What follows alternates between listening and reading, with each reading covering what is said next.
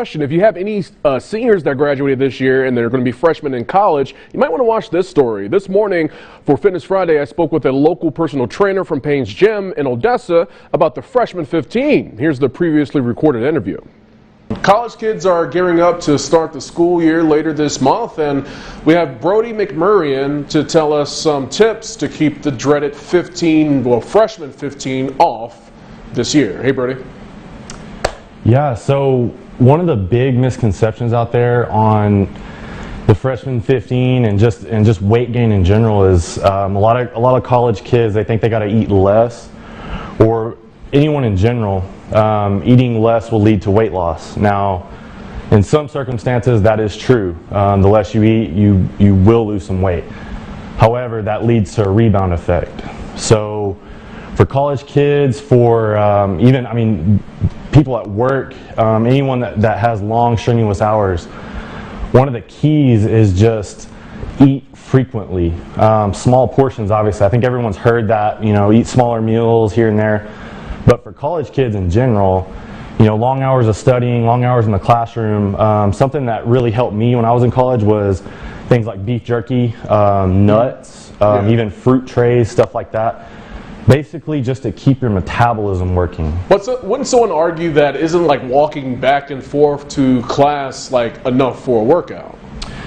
The more steps the better. Yeah. So obviously the more walking, the more activity, the better. But it's not going to be enough considering the amount of hours that most college kids are in the classroom seated.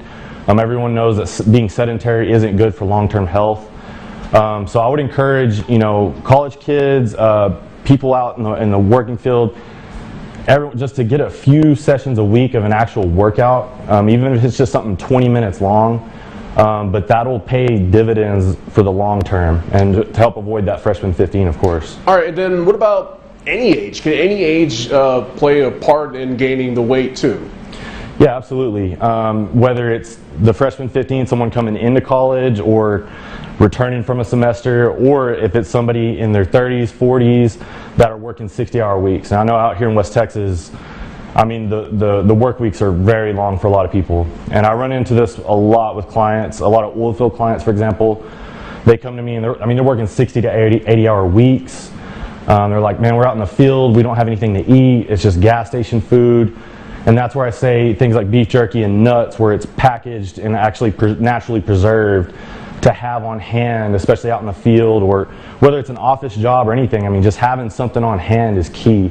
That way when you do get hungry, you can at least eat a little bit, keep your metabolism from shutting down. All right, is there like a diet plan that you recommend for college students? Specifically, no, but any nutrition plan that's based on frequent eating. Everyone has heard, eat 5 to 6 meals a day here and there.